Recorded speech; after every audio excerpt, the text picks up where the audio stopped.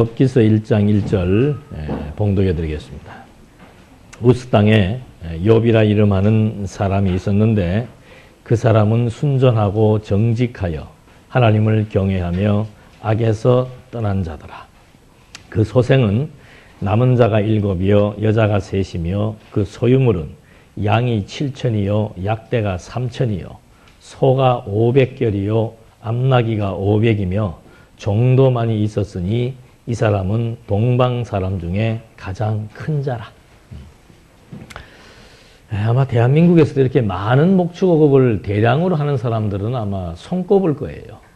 그러니까 욥에 대한 소개를 이제 1장에서 1장 1절로부터 욥이 도대체 어떤 사람인지 라고 하는 것에 대한 소개로 시작하고 있습니다.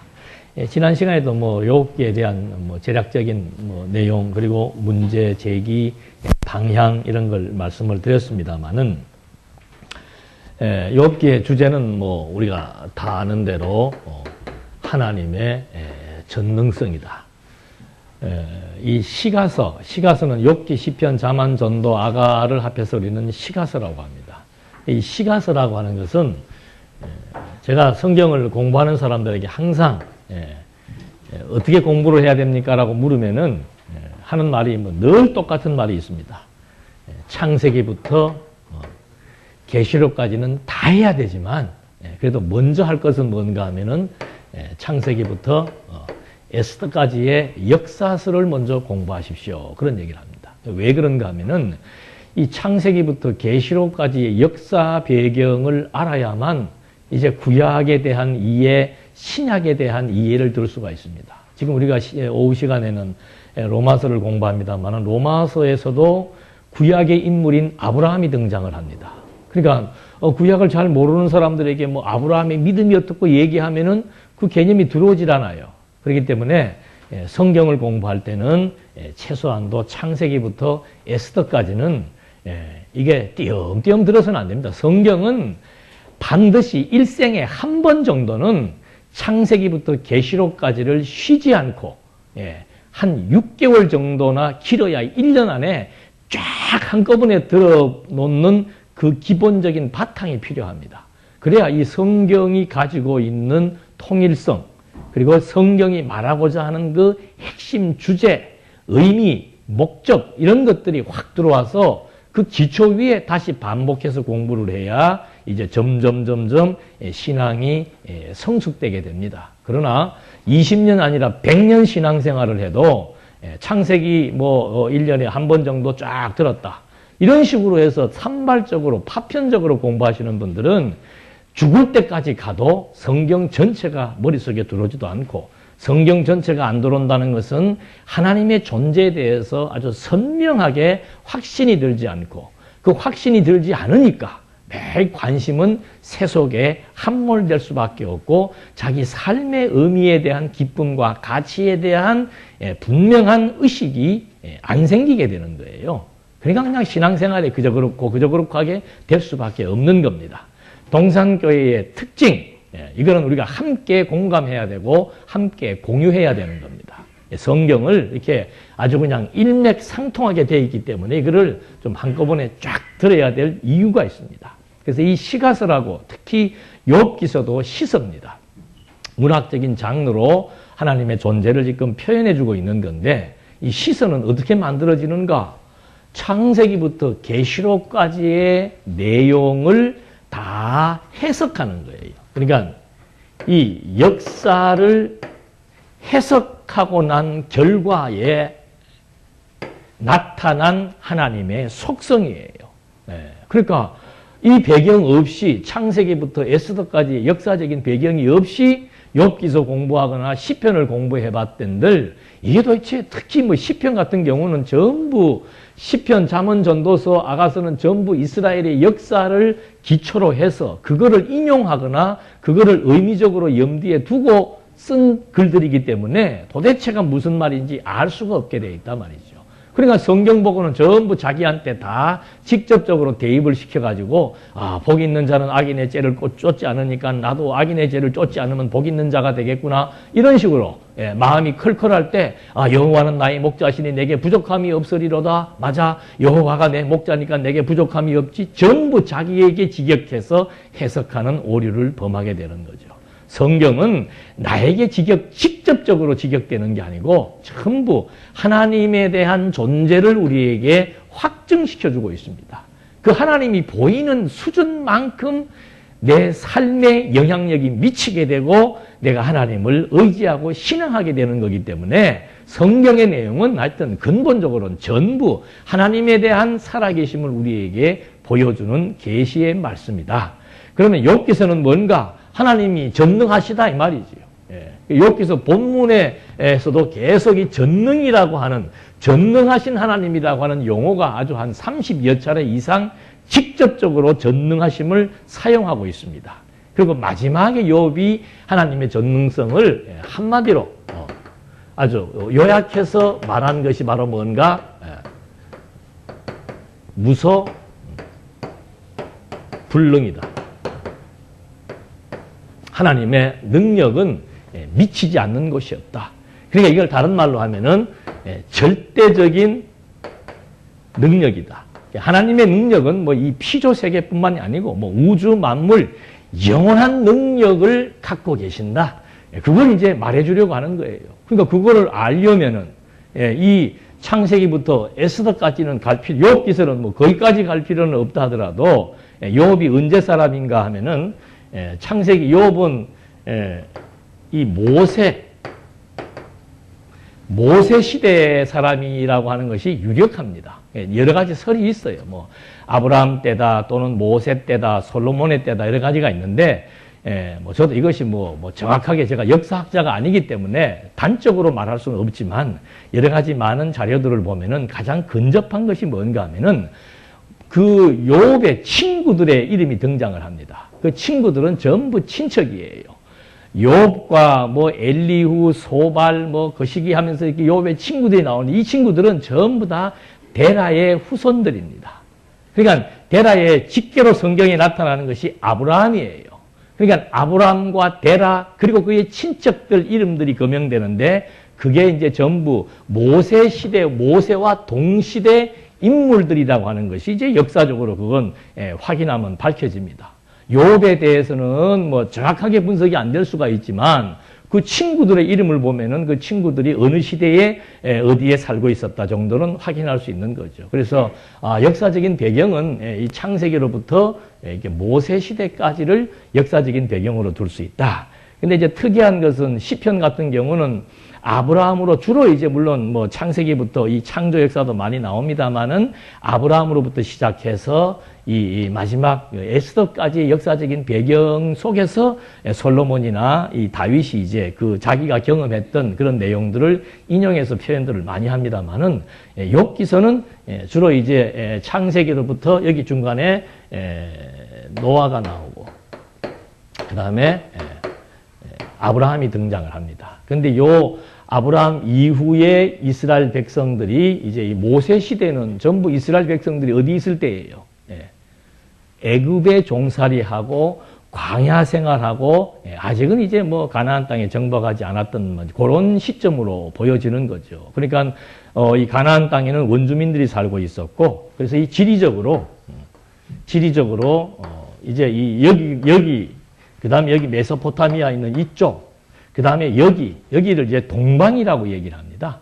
그래서 그 마태복음에도 동방 박사들이 등장을 하는데 그 동방 박사들이 전부 이 동네 살던 사람들이에요.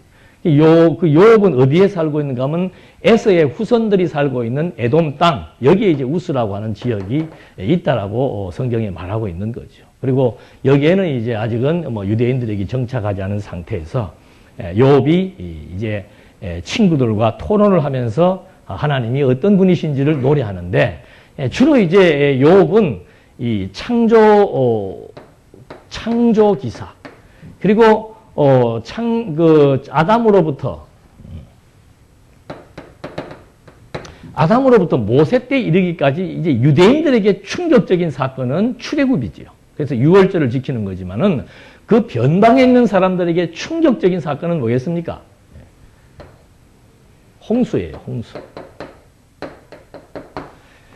그래서 그 욥 기서에 보면은 주로 그 창조에 관한 기사, 욥의 친구들이나 욥이나 똑같아요.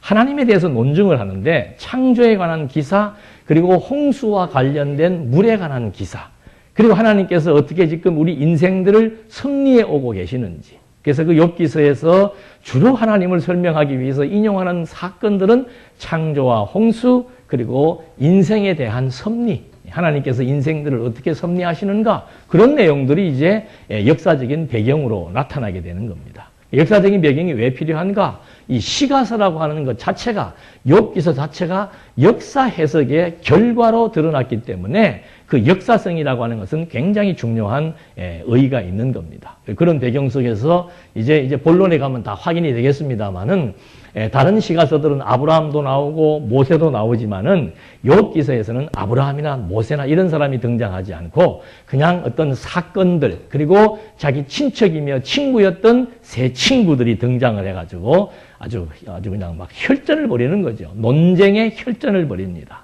그것이 이제 욥기서의 내용인데, 그래서 우리는 이 주제를 이제 그 뭐 본문을 확인해 보면 알 거예요. 왜 전능성에 대한 찬양인지. 그리고 그 요절이 한마디로 말하면 하나님은 무소불능이다.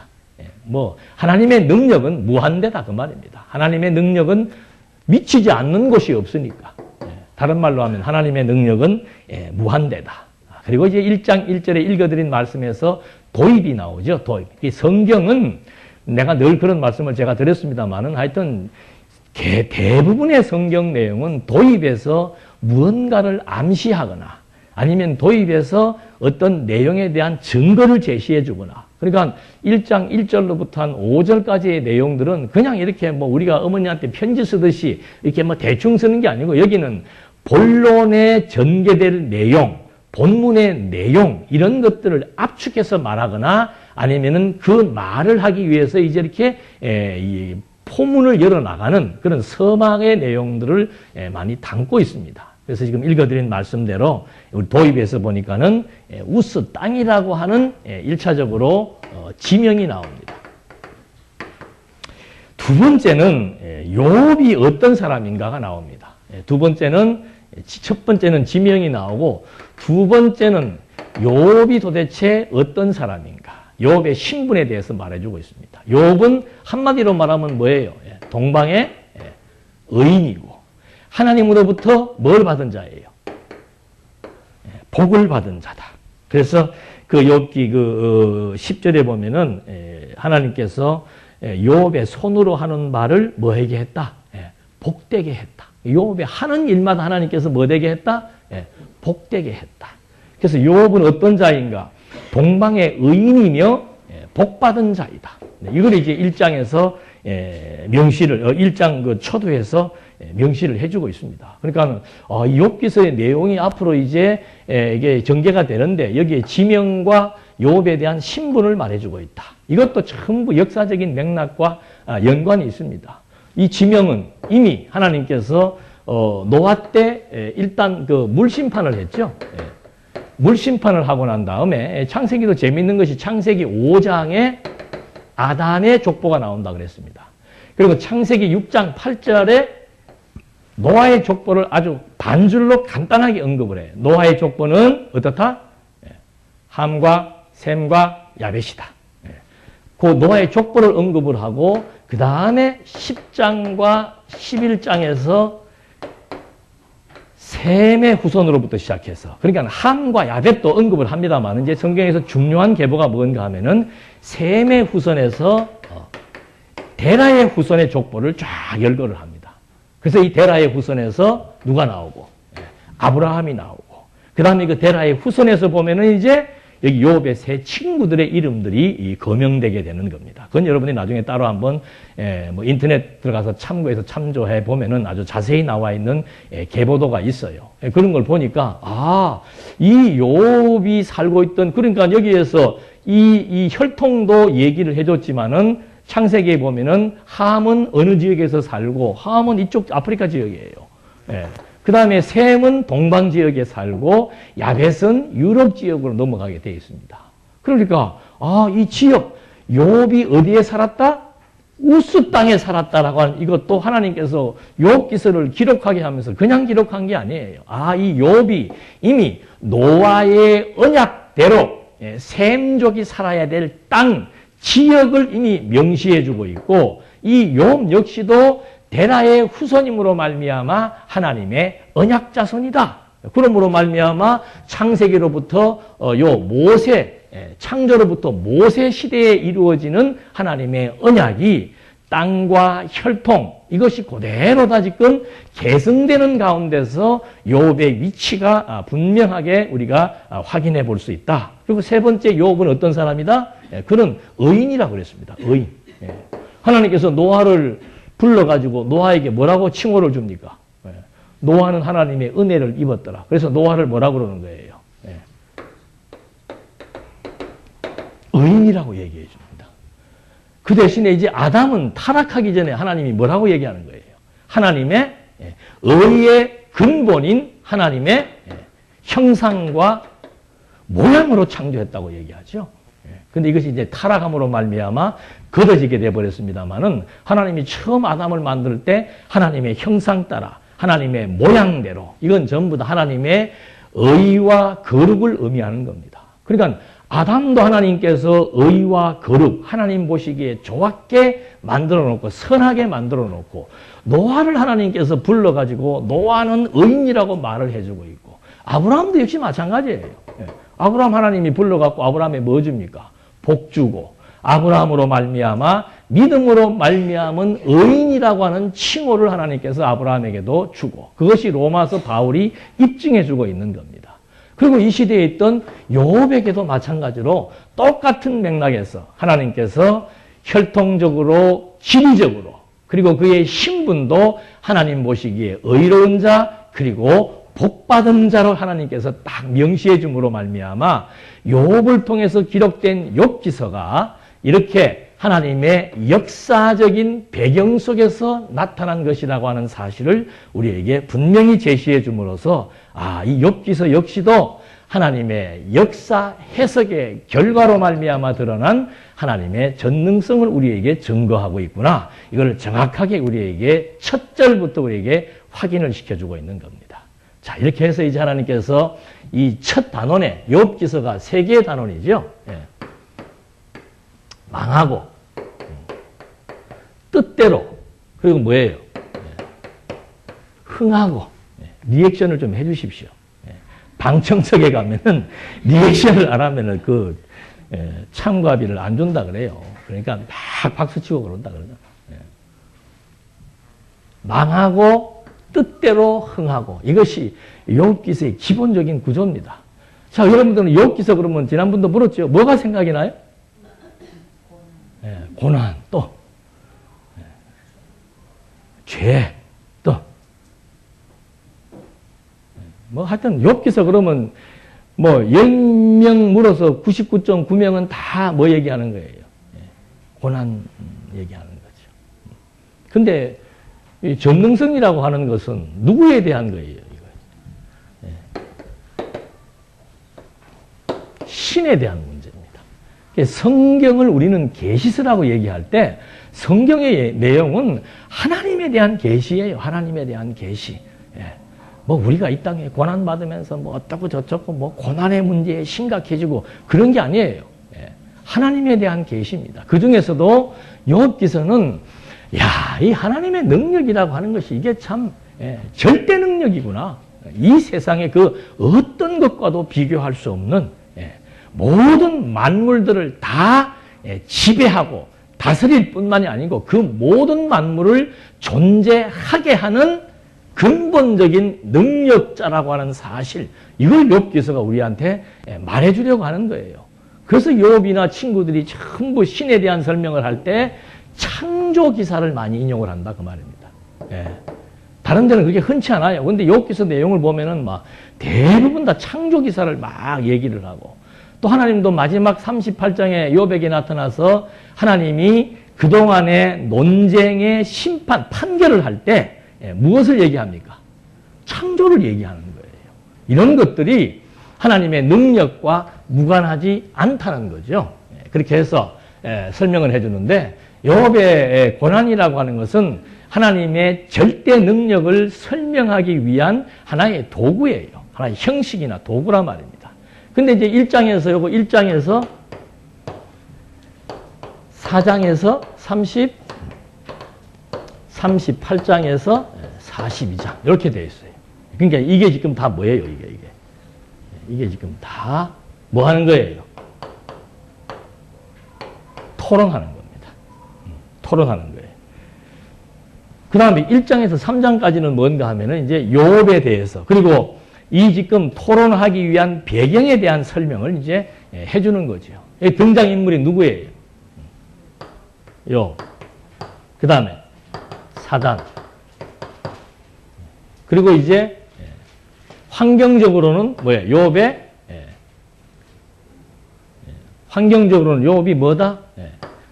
지금으로 말하면 뭐 재벌이에요. 재벌. 농경 시대에 세상에 여러분 한번 상상. 밑에 집에 가면 소 한 20마리 있어요. 그것도 많아요. 근데 이 지금 뭐 짐승들이 거의 뭐 1000대나 넘어가는 그런 식의 이 시대에 그렇게 엄청난 농장주라 말입니다. 완전히 그 동네에서는 재벌이죠. 재벌. 그러니까 사단이 봐서 별로 비위가 상할 수밖에 없는 거예요. 근데다가 이 사람이 어떤 사람이에요? 동방의 의인으로서 하나님 앞에 아주 신실한 신앙의 소유자고 또 늘 식구들의 생일만 되면은 그 10명이고 자기까지 지금 아내까지 지금 12명 아니에요. 최소한 한 달에 한 번은 뭘 드려요? 제사를 드리는 제사장의 역할까지 다 감당하는 족장으로서의 통치력을 아주 제대로 가지고 있는 그런 사람으로 딱 표현이 된다 이 말입니다. 근데 중요한 것은 뭔가 하면 이거는 그냥 이야기 스토리가 아니에요. 욥기서가 어떤 문학적인 장르로서 뭐 소설이 될 수도 있고 뭐가 될 수 있겠지만 이게 근본적인 것은 뭔가 하면 하나님의 의도가 있는 거죠. 하나님의 의도는 당신을 지금 뭐 하는 거예요? 당신의 절대 능력을 지금 계시하려고 하는 그런 맥락에서 이런 시문학적인 장르를 통해서 당신을 지금 소개하려고 하는 거죠. 근데 1장에서 3장의 요 내용에 도입하시는 하나님의 구도가 있다는 거죠. 도입하시는 구도. 이게 이제 우리가 신학적인 의미를 분석해 들어가는 겁니다. 여기 등장하는 사람이 누구누구 나와요. 욥이 나오고 사단이 나오고 또 하나님도 나오잖아요.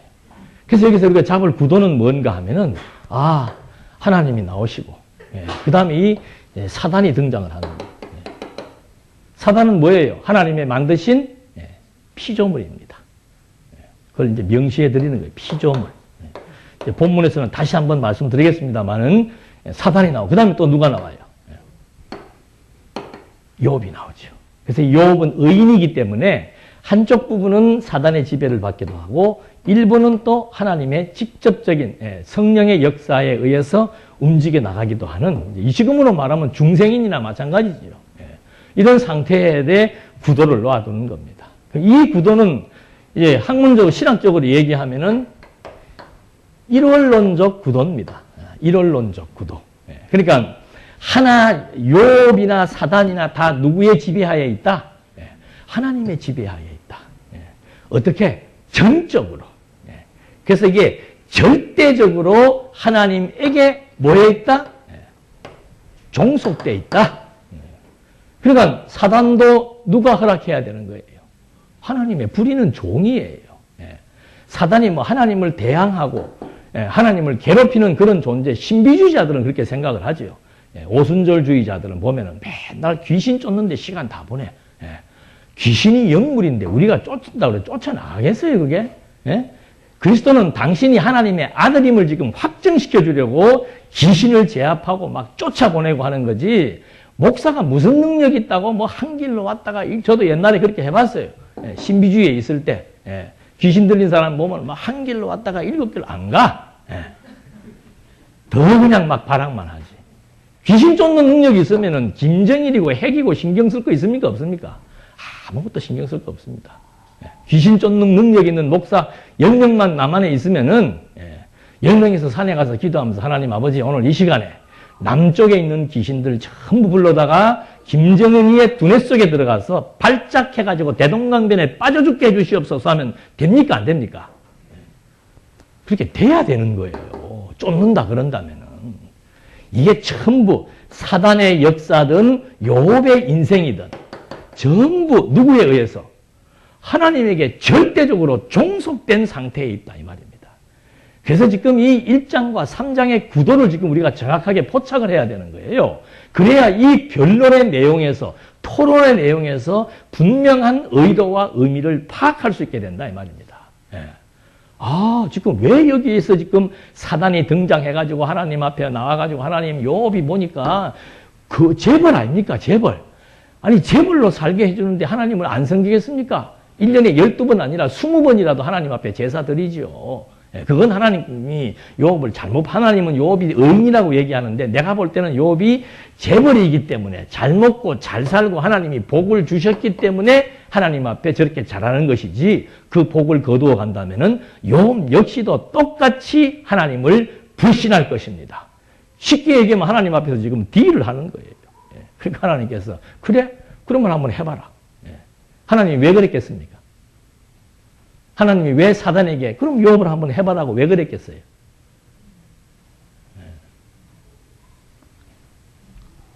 묵비권 행사하지 마시고 재판정이 아니니까 왜 그랬겠어요? 시험하려고?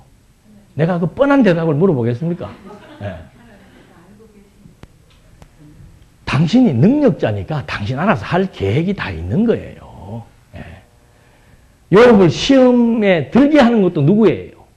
하나님이에요. 그 시험을 견디게 하는 것도 또 누굽니까? 하나님이고. 마지막으로 그 시험에 승리하게 하는 것도 누구예요?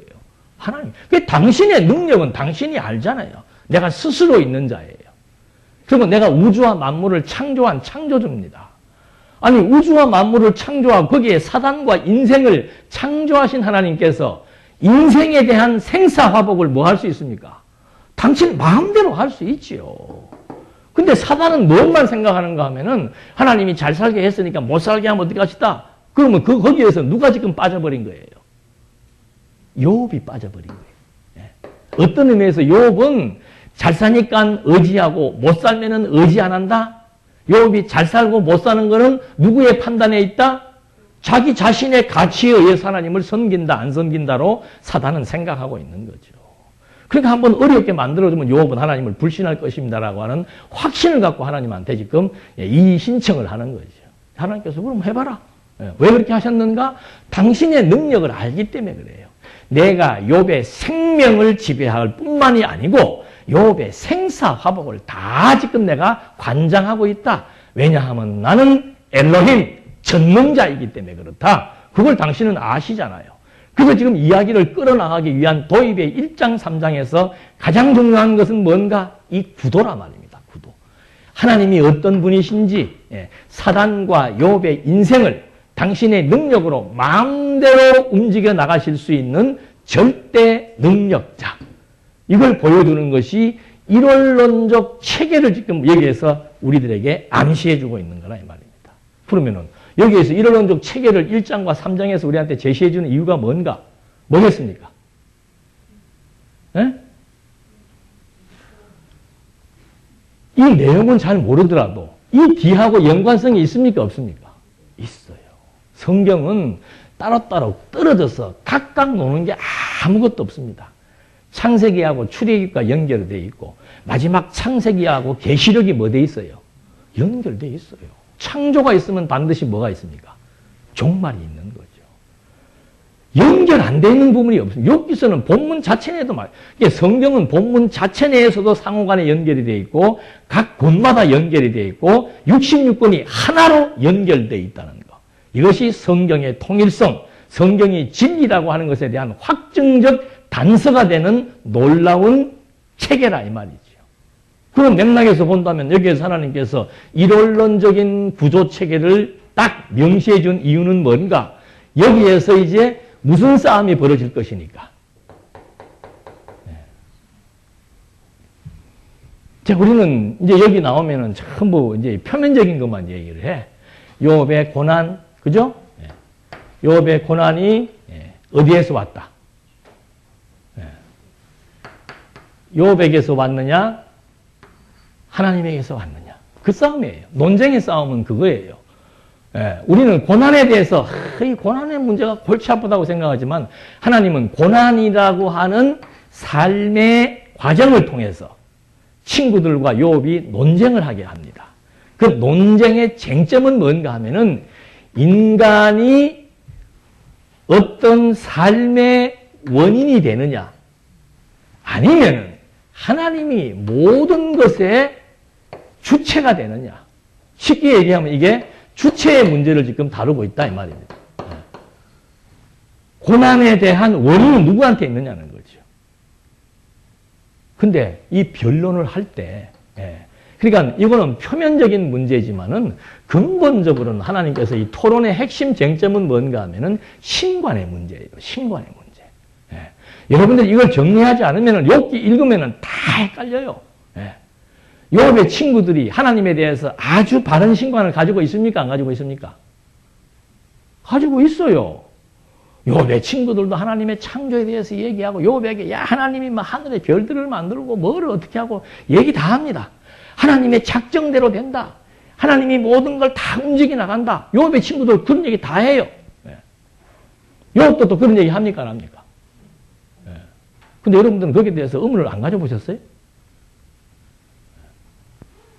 하는지조차도 모르는 경우가 많죠. 그러니까 욥기서 보면은 막 어디 식당 같은 데 가면 욥기서 인용하는 뭐 이건 친구들이 엉터리로 한 소리인지도 뭐 바른 소리인지도 모르고 막 팻말을 만들어 가지고 갖다 붙여 놓고 욥의 친구들의 잘못된 신관인지 바른 신관인지도 모르고 우리도 그걸 그대로 받아들이는 경우들이 많다는 거죠.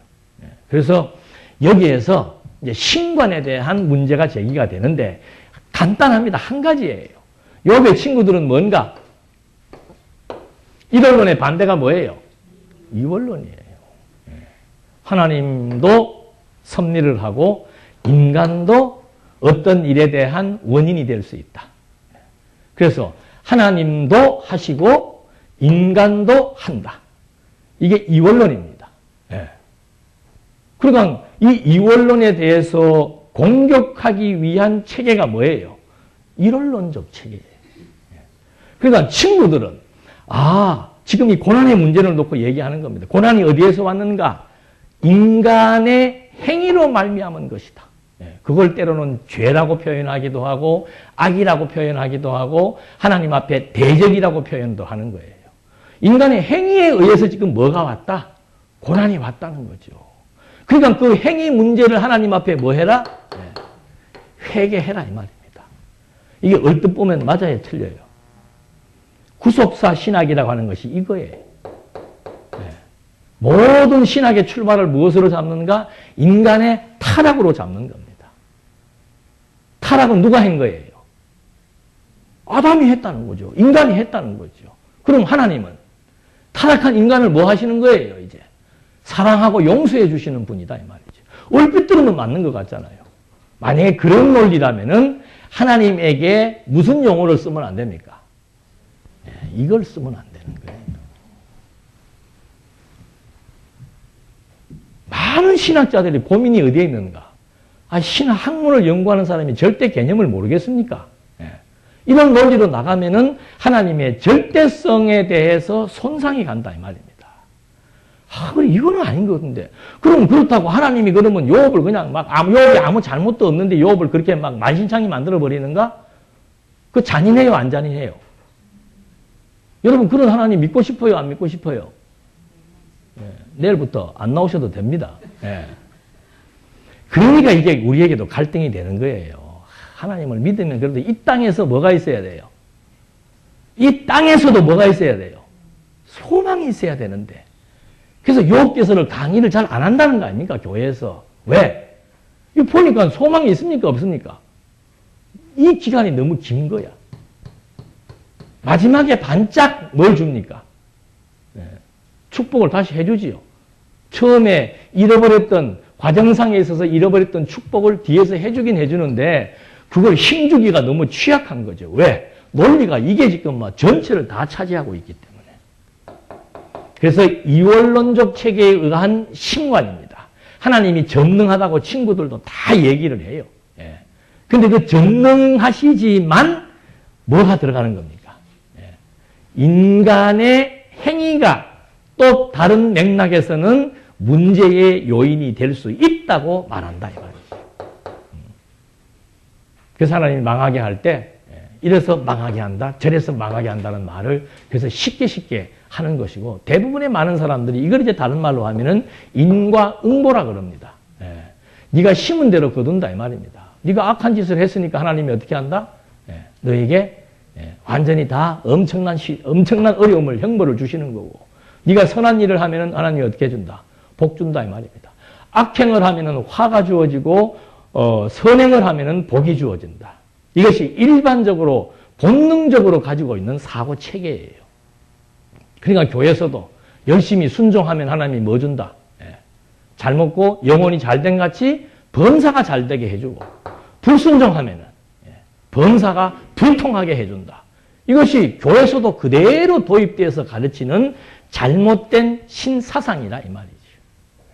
그러니까 욥은 뭐라고 계속해서 친구들에게 대해서 논박하는 겁니까? 아니다는 거예요. 여기서도 전능하신 하나님을 얘기하고 욥도 전능하신 하나님을 얘기하지만 그 전능하신 하나님에 대한 농도가 다르다는 거죠. 여기는 인간의 자율성과 인간의 자유의지가 포함된 전능성을 얘기하는 것이고, 욥은 완전히 인간과 사단은 하나님에게 뭐 돼 있다?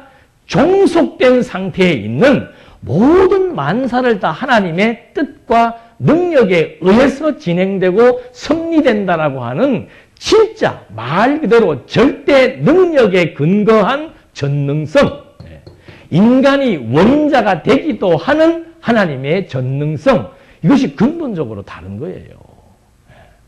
여러분, 만약에 이게 욥의 어떤 죄 문제, 행위 문제라 할 것 같으면은 저가 욥이라면 그렇게 하겠어요. 내가 지금 모든 걸 다 잃어버리고 마지막에는 막 피부암까지 걸려가지고 막 기아장으로 긁고 피가 나고, 이게 다 친척들 아니에요. 예? 빌다시니, 엘리온 다 친척이란 말입니다. 친척이 가서 몰골 소식을 듣고 와서 몰골을 보는 게 사람 형상이 아니에요.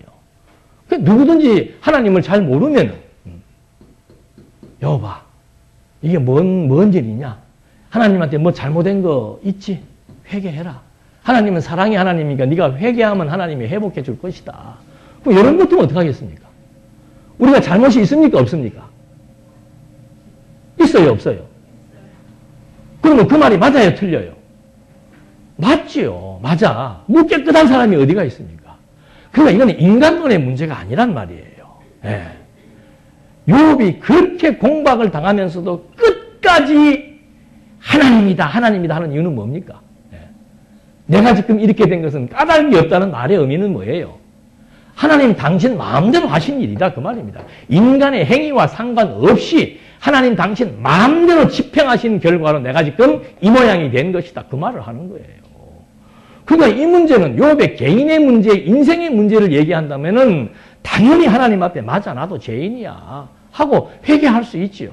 그런데 이 토론의 쟁점은 뭔가? 인생의 문제가 아니고 신관의 문제라 이 말입니다.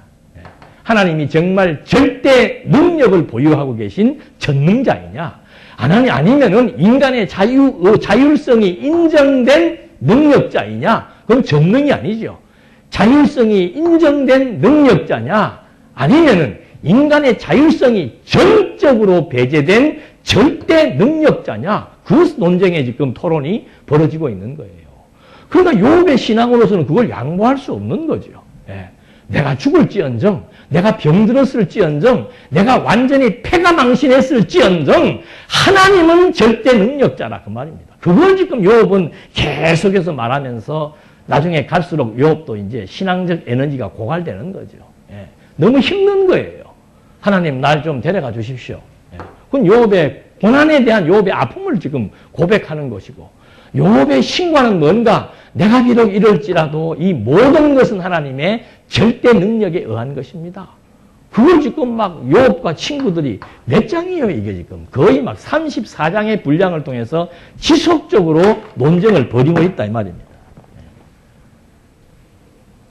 그렇게 논쟁이 벌어지니까 이제 막 친구들도 나중에는 지쳐가지고, 나머지는 그냥 이따다 뿐, 아이고, 욥하고는 도저히 안 되겠다. 그러니까 욥 보고 회개 안 하니까, 욥이 회개를 하지 않으니까 욥 보고 나쁜 놈이다. 너는 하나님을 대적하는 자다. 이 악한 인간이다. 너는 죄인이다. 고악한 인간이다. 막 독소를 퍼붓는 거죠. 욥 역시도 막 너희들은 지금 신을 잘못하고 있다. 너희들이 악한 사람이다. 너희들이 지금 완전히 하나님을 잘못 이해하고 있다. 너희들이 하나님을 대적하고 있다. 계속해서 논쟁을 벌인다는 거죠. 그때 여기에서 이제 누가 등장하는 겁니까? 신관에 대해서 토론을 시켰으니까 신이 직접 등장을 하는 거예요. 하나님이 직접 등장을 해가지고 하나님이 누구 편을 들어주는 겁니까? 편을 드는 게 아니에요. 욥이 가지고 있는 신간에 대한 정당성을 확보해 주는 겁니다. 그래서 하나님이 여기에 딱 나타나가지고는 욥에게 뭘 얘기하는 겁니까? 창조를 얘기하는 거죠. 그 말은 어떤 의미가 있는 겁니까? 지금 계속해서 창조적 관념을 가지고 창조적 사건을 가지고 계속 토론을 하고 쟁론을 벌인 거예요. 그런데 여기서 말하는 창조관과 여기서 말하는 창조관은 다르다는 거죠. 표면적인 말은 같지만 여기는 하나님의 능력을 인정한 창조고 여기는 하나님의 절대 능력을 인정한 창조예요. 다른 거예요. 여기는 하나님의 능력도 있고 인간의 자율성도 있다는 것이 전제된 창조를 얘기했고 욥은 인간에게는 자율성이 있을 수가 없다라고 하는 것을 전제한 하나님의 창조 사건을 지금 진술한 거라 그 말입니다. 그럼 하나님께서 욥의 손을 들어주면서 창조 얘기를 하니까 욥이 그동안 가지고 있던 창조적 절대 능력의 신관에 대해서 뭐를 얻는 겁니까? 확신을 얻는 거예요. 그 확신의 표현이 그동안 내가 하나님을 기도만 들었는데 이제는 뭐예요? 그동안 내가 하나님의 창조에 대해서 내가 수도 없이 얘기했다 이 말입니다. 근데 하나님의 창조를 믿는다 이 말이지요. 그래서 그 믿음이 100%예요? 아니에요? 100%는 못 되죠. 그러니까 막 죽고 싶다고 고백을 하는 거예요. 그런데 욥이 가지고 있던 그 창조신앙에 하나님의 대답이 딱 주어지면서 똑같이 창조의 예를 들어서 하나님께서 하나님의 전능성을 심어주니까 욥이 거기에서 하나님을 뭐라고 얘기해요? 무소불능. 당신은 절대 능력자입니다. 내가 그동안 가지고 있었던 친구들에게 그렇게 모함과 굴욕과 모욕을 당하면서도 후퇴하지 않고 그 이론을 철회하지 않고 끝까지 버틴 그 하나님의 전능성에 대해서 하나님이 한 번 더 도장을 찍어줘 버리는 거예요. 뭘 통해서? 창조 이론을 통해서. 그러니까 거기에서 욥이 그냥 하나님에 대한 그동안 얼마나 이게 힘들었겠습니까? 자기 망한 것도 힘들고 몸 아픈 것도 힘들고 가정이 파탄된 것도 힘들고 자식이 하나도 남지 않고 다 죽어버린 것도 힘든데 여기에서 벌어지는 신관에 의한 논쟁에 의해서 욥도 지칠 대로 지쳐 있을 거 아니에요. 그때 하나님의 음성은 욥이 가지고 있는 신관이 옳다는 것을 판정해 줄 때 욥은 거기에서 진짜 하나님에 대한 능력에 대한 확신이 절대 능력에 대한 확신이 들어올 수밖에 없는 거예요. 그래서 거기에서 자기의 어리석었던 미숙했던 자기의 하나님의 신관에 대한 변론은 했지만 그 믿어지는 농도는 약했겠죠. 그 믿어지는 농도에 하나님이 쐐기를 박는 창조론을 지금 딱 제시해 주었을 때 욥이 여호와 앞에 회개하고 그게 진정한 회개지요. 나의 무능한 무식한 것에 대한 회개. 세상에 말도 안 되는 인간적인 인본주의적인 학문적 지식을 가지고 하나님의 이 절대 능력의 이치를 가리는 자가 누굽니까? 하나님은 모든 경영이든지 다 이루실 수가 있습니다. 그래서 이와 똑같은 말을 바울이 하는 거예요. 만물이 어디에서 나온 거예요? 주의 창조 아니에요, 창조. 주로 말미암는다? 욥의 인생이 누구로 말미암는다? 욥으로 말미암는 게 아니란 말입니다. 하나님으로 말미암는다고 말해주는 거예요. 그거는 친구들에게 참 하나님 너무 멋져요. 참 창조로 말미암아 확신신앙 딱 죽어서는 욥의 친구들을 부릅니다. 욥과 친구들을 같이 불러요. 야, 놈들아, 너들의 신간이 잘못됐다. 딱 분명하게 제시해 주는 겁니다. 하나님이 하시는 일은 확실해요. 예. 뭐 대충 넘어가고 뭐 이것도 맞고 저것도 그런 거 없습니다. 예. 친구들 불러가지고 너희들의 신관이 잘못됐다. 확실히 말해줍니다. 그리고 그 다음에 하시는 일이 뭐예요? 너 잘못에 대해서 용서를 욥한테 받아라 이 말. 욥에게 용서를 구해라는 거죠. 그러면 이제는 제사를 드리되 너희들이 마음대로 제사 드리지 말고 누구를 통해서? 욥을 통해서 제사 드리라. 이거는 하나님의 전능성에 대한 또 한 번의 실증을 시켜주는 겁니다. 맞다 이 말이죠. 창조론을 제시해 주면서 욥이 가지고 있는 절대 능력에 의한 그 신관이 맞다고 얘기해 주고 친구들 불러 모아놓고도 또 욥의 신관이 맞다는 것을 친구들로 하여금 확인시켜주고 제사도 욥을 통해서 받으시겠다고 말씀해 주심으로 말미암아 욥이 주창했던 절대 능력의 전능성에 대한 신관을 하나님께서 한 번 더 확인시켜 주는 거예요. 그러면 모든 생사화복의 주관자가 당신이니까 욥에게 처음에 욥이 가지고 있었던 그 엄청난 복을 다시 여기에서 또 복을 회복시켜 주는 거죠. 그래서 하나님께서 진짜 모든 것을 다 주장하실 수 있는 절대 능력의 전능자라고 하는 사실을 38장으로부터 42장 마무리 끝날 때까지 완벽하게 정리해 주시는 거죠. 그래서 욥기서를 공부하게 되면은 정말 하나님의 능력은 광대하시구나. 하나님의 능력에 반할 수 있는 그 어떤 존재도 있을 수가 없구나. 그래서 하나님의 능력을 알게 되니까 그분을 뭐 하게 되는 거예요? 의지하게 된다 이 말입니다. 여러분 하나님 의지합시다. 의지해야 됩니다. 그런 거 필요. 하나님은 그런 식으로 섭리하지 않습니다. 당신의 능력을 보여주는 거예요. 인간을 만드신 분이 우주와 만물을 창조하신 분이 해와 광명을 창조하신 분이 물의 한계, 땅의 한계를 정하시는 분이 그러니까 하늘을 그냥 막 물을 덮고 있는 하늘을 열어버리니까 홍수가 벌어진다는 말을 여기서도 하는 거예요. 자연계의 이치, 인생의 만사의 섭리 모든 것이 하나님의 능력으로 말미암는다. 그러니까 우리는 그를 힘입어 살며 기동하며 존재하는 피조물이다. 그게 확인이 되니까 하나님만을 의지하게 되는 거죠. 사단을 의지해 봤던들 하나님의 손에 있습니다. 재물을 의지해 봤던들 하나님의 손에 있습니다. 유익한 인간을 의지해 봤던들 그건 역시도 하나님의 손에 있는 겁니다. 그래서 우리는 다른 것을 의지하지 않는 거예요. 네. 또 다른 것이 있다고 자고하지도 않는 거예요. 내가 좀 성공했다고, 예? 내가 좀 좋은 직장을 들어갔다고, 내가 좀 한 달에 수입이 다른 사람보다 많다고, 예. 내가 많은 땅을 가지고 있다고, 내가 아파트가 몇 채인데, 예.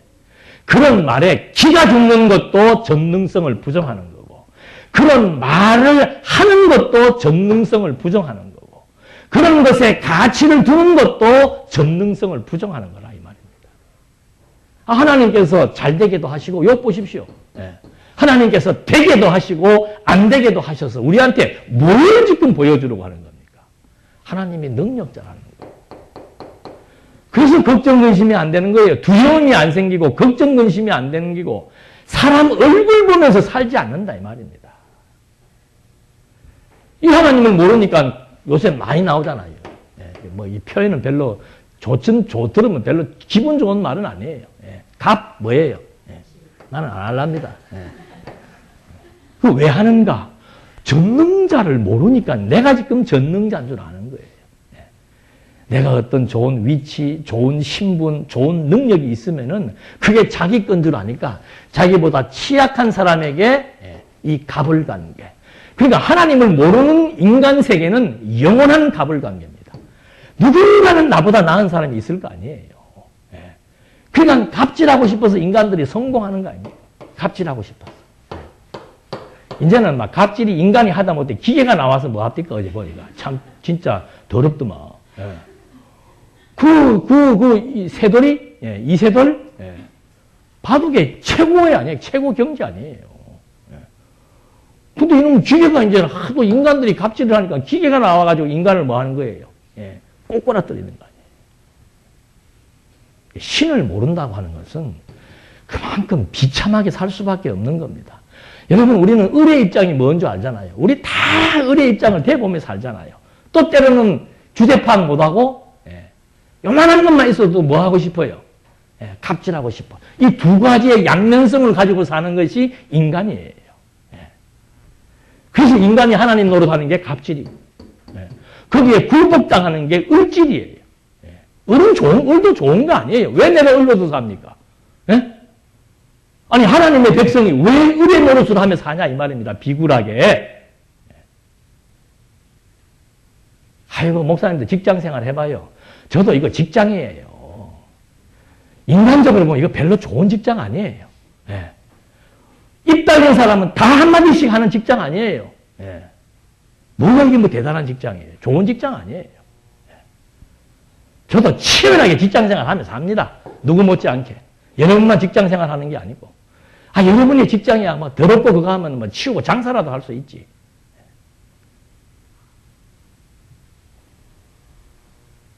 그러고 살면 안 되는 거예요. 하나님의 능력을 아는 사람은 내가 반항하고, 병약하고, 뭐, 이렇게 뭐, 가진 것도 없고, 의지할 것도 없어도, 절대 능력을 아는 사람은 당당하게 사는 겁니다. 나보다 똑똑한 사람 앞에서도 당당할 수 있고, 나보다 많이 가진 자 앞에서도 당당할 수 있고, 나보다 능력이 월등한 사람, 내 인생을 막 좌우할 수 있는 정도로, 요즘에 그거 보십시오. 예, 저 국회의원 보십시오. 완전 능력자더만. 예, 딱 서가지고, 자기들이 판단 심판 기준이야. 예, 친박, 비박 가려가면서 뭐, 저들끼리 박박 노름하는 그거 위축됩니까? 안 됩니까? 그거 심사받으러 오는 사람들. 뭐, 당 대표까지도 빨간 넥타이 메고, 아이고, 참, 내 같으면, 예. 그러고 살 필요 없어요. 뭐, 왜 위축돼요? 하나님이 공천권 주시기로 작정돼 있으면은, 내 할 말만, 무례하게 하지 마라. 무례하게 하라는 소리는 아니에요. 그렇다고 비굴하게 할 필요도 없단 말입니다. 그냥 내 위치에서 내 할 수 있는 그 일만 예를 갖춰서 하면 되는 거예요. 예. 검은 넥타이를 매면 어떻고, 흰 넥타이를 매면 어때? 빨간 넥타이 매고, 빨간 옷을 입고, 그걸 갖다가 예. 이 값인가? 예. 그러고 살 필요 없는 거예요. 예. 왜? 하나님이 믿어지십니까? 예. 그럼 당당하게. 아, 하나님이 어떤 분인데? 무소불능이에요. 없게도 하고 있게도 하고 죽이기도 하고 어떻게 해요? 살리기도 해요. 예. 아, 그래서 이런 하나님 믿고 사는 거지. 그래서 저를 미워하는 사람들은 왜 미워하는가? 이 노릇을 안 하니까 미워하는 분들이 많아. 네. 아이고, 이러고 좀 살아야 돼. 나는 그러고 살고 싶지 않아요. 네. 제가 교만해서 그런 게 아니고. 하나님께서, 하나님이 알아서 주실 만큼 주시고, 살릴 만큼 살리고, 할 만큼 하게 하실 것이 믿어지기 때문에, 하게 하시는 것, 능력에 하나님이 정해놓으신 그 뜻 안에서, 내 오늘 현재 주어진 내가 할 수 있는 일, 거기에 내가 최선을 다해 살면 그것이 아름답고 멋있는 인생이라고 저는 믿어지기 때문에 그렇게 뭐 타협하고 뭐 빌고 찾아가고 그런 거 안 해요. 왜? 그게 교만해서 그러는 게 아닙니다. 하나님께서 말씀 듣게 하실 자 듣게 하실 거고 오늘 오신 분들 하나님이 듣게 하시려고 오신 분이고 또 오늘 오셔도 못 듣게 하실 분도 있는 것이고 듣는다고 좋아하고 안 듣는다고 싫어하고 기분 나빠 그런 거 없습니다.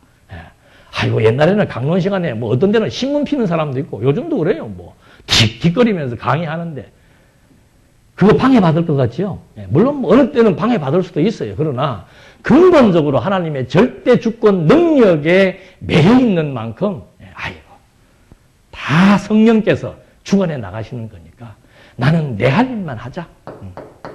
성경에 몰입하고 집중해서 하나님이 어떤 분이신지에 대한 확신, 보여주신 하나님에 대한 확신, 보여준 하나님에 대해서만큼만 정확하게 설명하면 끝나는 거예요. 누가 무슨 말을 하든지 간에. 그게 우리 신앙인들의 삶의 태도입니다. 하나님 앞에서 늘 그러잖아요. 하나님 앞에서 나는 누구다? 나예요. 나 혼자밖에 없습니다. 나 같은 것은 하나님 앞에 나 혼자밖에 없어요. 65억, 70억 중에서 나는 나로서 하나님이 주신 재능과 분복을 갖고 하나님 앞에서 살아간다라고 하는 거. 그래서 전능자 의지하는 거. 이것처럼 편안한 것은 없는 겁니다. 이것 우리가 확인하기 위해서, 이 하나님을 배우고 확신에 거하기 위해서, 그래서 성경을 상고하는 겁니다. 기도하시겠습니다. 은혜와 사랑이 풍성하신 하나님 아버지, 하나님의 말씀은 살았고 운동력이 있기 때문에 우리의 영혼도 소생시키시고 우리의 마음도 생성시키시고 우리의 행동도 변화시키시는 줄로 압니다. 보이는 환경이 때로는 너무 무거워서 좌절하고 실망하고 또 때로는 하나님을 원망할 수도 있는 이런 피조물, 한계가 있는 존재이기에 우리에게 필요한 것은 하나님의 전능하심을 믿을 수 있는 지혜입니다. 우리 모두에게 지혜와 명철을 주셔서 우리에게 주어진 인생의 항로가 어떻든지 간에 하나님의 능력을 힘입어 살아갈 수 있는 용기를 허락하시고 하나님만을 의지할 수 있는 믿음을 허락해 주셔서 우리에게 주어진 인생길, 하나님과 더불어 동행하는 즐거움의 삶이 될 수 있도록 인도해 주시옵소서. 예수님의 이름으로 기도드립니다. 아멘.